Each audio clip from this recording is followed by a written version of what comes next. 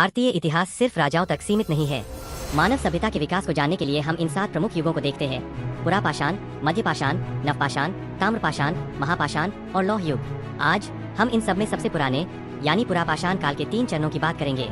यह लगभग 20 लाख साल पहले शुरू हुआ, जब हमारे पूर्वज केवल शिकारी और संग्राहक थे।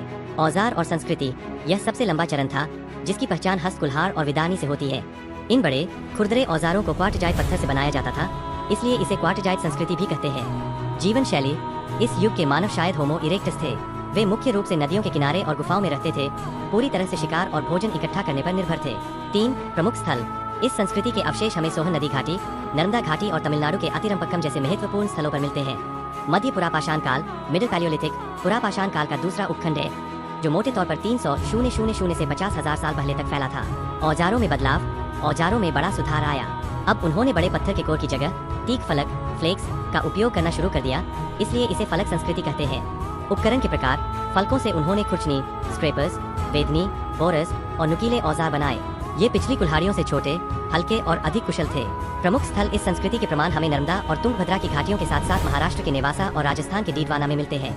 उत्तरी पुरापाषाण काल, अपर पैलियोलिथिक, पुरापाषाण युग का अंतिम चरण था, जो लगभग 50,000 ईसा पूर्व से 12,000 ईसा पूर्व तक चला। आधुनिक मानव का उदय, यह वह युग है जब आधुनिक मानव होमो सेपियंस पृथ्वी पर आए। उन्होंने शिकार और संग्रहण के तरीकों को उन्नत किया। उन्नत औजार और नवाचार, औजार और भी पतले, लंबे और नुकीले हो गए। अब उन्होंने ब्लेड, ब्यूरिन और यहाँ तक कि हड्डियों की सुइयों का भी इस्तेमाल किया, जो नवाचार को दर्शाता है। कला और संस्कृति, इसी काल में कला का जन्म हुआ।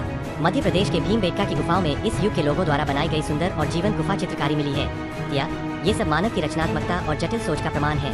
ऊपरी पुरापाषाण काल केवल जीवित रहने का नहीं, बल्कि विचारों और संस्कृति को विकसित करने का युग था।